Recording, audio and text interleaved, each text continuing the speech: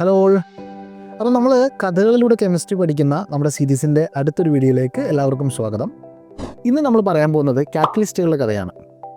Catalyst നമ്മളെല്ലാവരും കേട്ടിട്ടുണ്ടാവും. ഒരു കെമിക്കൽ റിയാക്ഷനിൽ ആ കെമിക്കൽ റിയാക്ഷൻ്റെ നിരക്ക്, വേഗത, റേറ്റ് ഇതിനെ സ്വാധീനിക്കാൻ കഴിയുന്ന ഒരു ഘടകമാണ് ഒരു കാറ്റലിസ്റ്റ് എന്ന് പറയുന്നത്.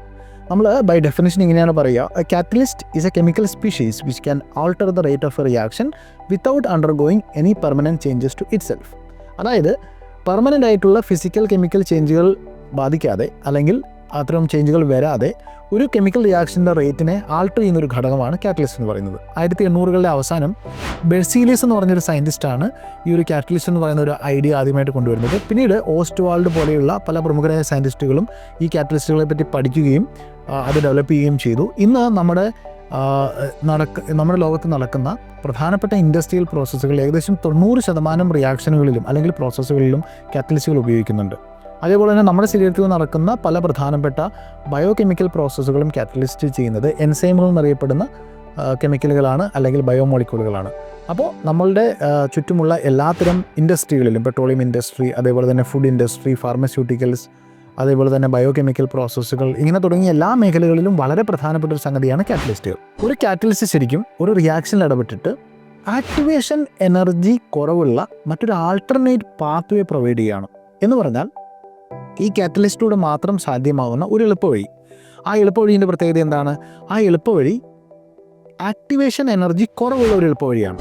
അപ്പോൾ നമ്മുടെ ഈ കാറ്റലിസ്റ്റുകൾ എങ്ങനെയാണ് ഒരു റിയാക്ഷൻ്റെ റേറ്റിനെ ആൾട്ടർ ചെയ്യുന്നതും, പ്രത്യേകിച്ച് അതിന് സ്വന്തമായിട്ട് പെർമനൻ്റായ ചേഞ്ചുകൾ വരാതെ എങ്ങനെയാണ് റിയാക്ഷൻ്റെ റേറ്റിനെ ആൾട്ടർ ചെയ്യുന്നതിനെ പറ്റി മനസ്സിലാക്കാൻ വേണ്ടിയിട്ട് നമുക്കൊരു കഥ നോക്കാം. ഈ കഥയിൽ ഒരു സ്ഥലത്തൊരു സമ്പന്നനായ ഒരു വ്യാപാരി ഉണ്ടായിരുന്നു.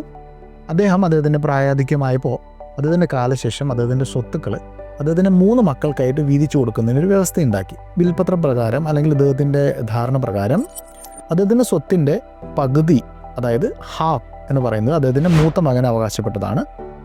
ബാക്കിയുള്ളതിൻ്റെ പകുതി എന്ന് വെച്ചാൽ ആകെ സ്വത്തിൻ്റെ 25%, 1/4 എന്ന് പറയുന്നത് രണ്ടാമത്തെ മകന് ലഭിക്കണം. ബാക്കിയുള്ള സ്വത്തിൻ്റെ പകുതി, അതായത് ആകെ സ്വത്തിൻ്റെ 1/8 മൂന്നാമത്തെ മകന് ലഭിക്കണം. അപ്പോൾ ഒരു പോർഷൻ സ്വാഭാവികമായിട്ടും ബാക്കി ഉണ്ടാവും.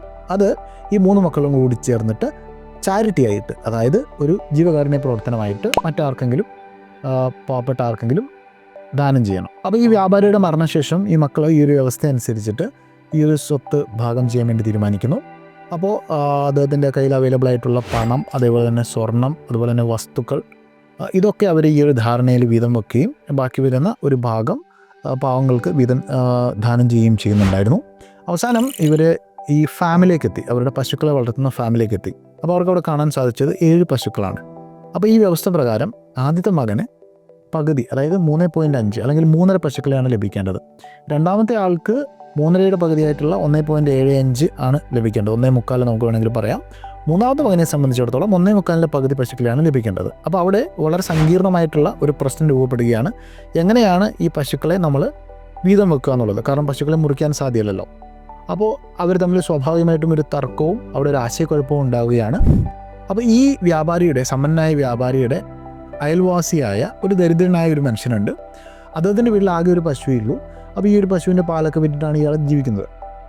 അപ്പോൾ ഈ സമ്പന്നൻ്റെ മക്കൾ തമ്മിൽ തർക്കം ഉണ്ടാകുന്ന കണ്ടിട്ട് ഈ ദരിദ്രനായ മനുഷ്യൻ സ്വന്തം പശുവുമായിട്ട് ഇവരുടെ ഫാമിലിക്ക് എത്തുകയും അവരോട് പറയുന്നു: നിങ്ങളുടെ അച്ഛനൊരു വലിയ മനുഷ്യനായിരുന്നു, എൻ്റെ സുഹൃത്തായിരുന്നു, അതുകൊണ്ട് നിങ്ങളൊരു കാര്യം ചെയ്യൂ, എൻ്റെ ഈ പശുവിനെയും കൂടി നിങ്ങളുടെ ഫാമിലി വെക്കുക, എന്നിട്ട് നിങ്ങൾ അതിനനുസരിച്ച് വീതം ചെയ്ത് എടുക്കുക എന്ന് പറയുന്നു. അപ്പോൾ അങ്ങനെ ഈ നമ്മുടെ അയൽവാസിയുടെ പശുവും കൂടി ചേർത്തിട്ട് അവിടെ 8 പശുക്കളുണ്ടായി. ഇവർ ഈ വീതം വെക്കൽ പ്രോസസ്സ് സ്റ്റാർട്ട് ചെയ്യാണ്. ആദ്യത്തെ ആൾക്ക് ഉള്ളതിൻ്റെ പകുതി, അതായത് 4 പശുക്കളെ കിട്ടുന്നത്. രണ്ടാമത്തെ ആൾക്ക് ഉള്ളതിൻ്റെ പകുതിയുടെ പകുതി, അതായത് 4ൻ്റെ പകുതി, 2 പശുക്കളെ കിട്ടുന്നു. മൂന്നാമത്തെ ആൾക്ക് ബാക്കിയുള്ളതിൻ്റെ പകുതി, അതായത് 2ൻ്റെ പകുതിയായിട്ടുള്ള 1 കിട്ടുന്നു. അപ്പോൾ നമ്മുടെ ഒരു പശു ബാക്കിയായി. അത് നമ്മുടെ അയൽവാസിയുടെ പശുവാണ്. അപ്പോൾ ഈ മക്കൾക്ക് 4, 2, 1 എന്നുള്ള ക്രമത്തിൽ അവരുടെ ഫാമിലി തന്നെ ഉണ്ടായിരുന്ന പശുക്കളെ വീതം വെക്കുകയും അവസാനം ബാക്കി വന്ന ഈ അയൽവാസിയുടെ പശുവിനെ ഈ 3 പേരും സന്തോഷത്തോടു കൂടി അദ്ദേഹത്തിന് ദാനം ചെയ്യുകയും ചെയ്തു. അപ്പോൾ ഇവിടെ ഈ 7 പശുക്കളെ വ്യാപാരിയുടെ വ്യവസ്ഥ അനുസരിച്ച് വീതം വെക്കുക എന്ന് പറയുന്ന സങ്കീർണമായ പ്രോസസ്സിനെ ഒരു എളുപ്പവഴിയിലൂടെ നടത്തിക്കൊടുത്ത 8ാമത്തെ പശു, അതായത് അയൽവാസിയുടെ പശുവാണ് ഇവിടുത്തെ കാറ്റലിസ്റ്റ്. അപ്പോൾ ഇത് നമുക്ക് വളരെ വ്യക്തമായി മനസ്സിലാക്കാൻ പറ്റുന്നത് ഒരു കാറ്റലിസ്റ്റ് വരികയും ആ കാറ്റലിസ്റ്റ് എളുപ്പത്തിൽ ഈ റിയാക്ഷനെ കൊണ്ടുപോകാൻ ആവശ്യമായ ഒരു ആൾട്ടർനേറ്റ് പാത്വേ കാണിച്ചു കൊടുക്കുകയും ചെയ്യുകയാണ്. കെമിസ്ട്രിയിൽ പറയുകയാണെങ്കിൽ ലോവർ ആക്ടിവേഷൻ എനർജിയുള്ള ഒരു ആൾട്ടർനേറ്റ് പാത്വേ പ്രൊവൈഡ് ചെയ്യുന്ന കെമിക്കൽ സബ്സ്റ്റൻസ് ആണ് കാറ്റലിസ്റ്റ്. അപ്പോൾ ഇത് നിങ്ങളെ സഹായിക്കുമെന്ന് വിചാരിക്കുന്നു. Thank you.